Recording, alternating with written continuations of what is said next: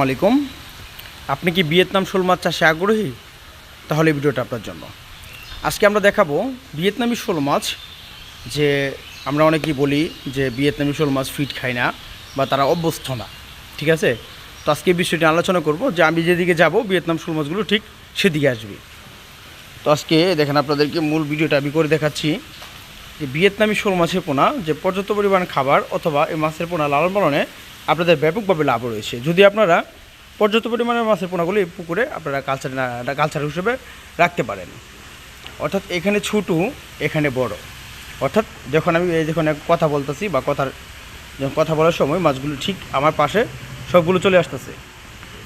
তো ভিয়েতনামি শোল মাছের পোনা যে সকল চাষিরা যে মাছের পোনা সংগ্রহণ করে থাকে বা মূলত মাছের পোনা যে পুকুরে চাষ করে থাকে, আমাদেরকে এমনও প্রশ্ন করে থাকে যে ভিয়েতনামি শোল মাছ আমরা সঠিকভাবে পুকুরে পাই না বা না পাওয়ার কারণ কি দেখা যাচ্ছে শোল মাছের পোনা বেশিরভাগ ক্ষেত্রে ছোটো বড় অথবা দেখা যাচ্ছে নার্সিং করে না হওয়ার কারণে মাছগুলো মিষ্টি হয়। অর্থাৎ যখন দেখা যাচ্ছে একটা আকৃতি মাছ 15 সাইজ হয়ে গেছে আর একটা 20 সাইজের হয়ে গেছে, তখনকার 20 সাইজের মাছগুলো 15 সাইজের মাছের পোনাকে ক্ষতিগ্রস্ত করে থাকে।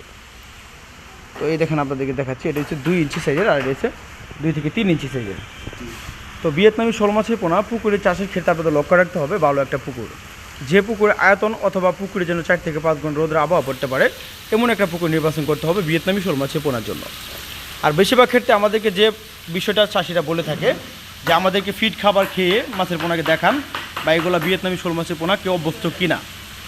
যে সকল চাষিরা ভিয়েতনামি শোল মাছের পোনা যে চাষ করে থাকে আমাদেরকে খাদ্য ব্যবস্থা অথবা এরকম চাষ পদ্ধতি নিয়ে আলোচনা করতে হয় যে ভিয়েতনামি শোল মাছের পোনা যদি আপনাদের পুকুর যদি ছোটো থাকে তাহলে আপনারা ভিয়েতনামি শোল মাছের পোনা চাষ করতে পারেন।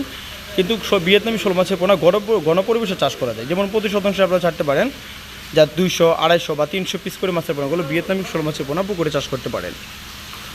যদি আপনারা অরিজিনাল ভিয়েতনামি শোল মাছের পোনা সংগ্রহণ করতে চান তাহলে অবশ্যই আমাদের স্ক্রিনে থাকা নাম্বারে যোগাযোগ করে জেনে নিতে পারেন, বা তার থেকেও তথ্য পরামর্শ জানতে হয় বা জেনে নিতে চান তাহলে আপনারা এসে দেখে শুনে মাছের পোনাগুলো সংগ্রহ করতে পারেন।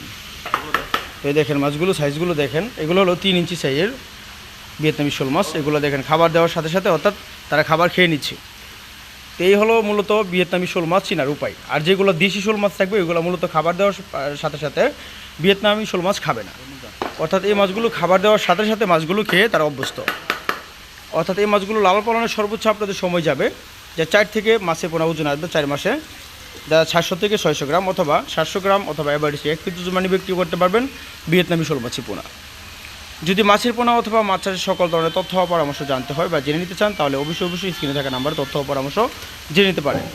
যদি আমাদের ইউটিউব চ্যানেলটি কারো ভালো লেগে থাকে লাইক কমেন্ট শেয়ার করবেন। এরকম নিত্য নতুন ভিডিও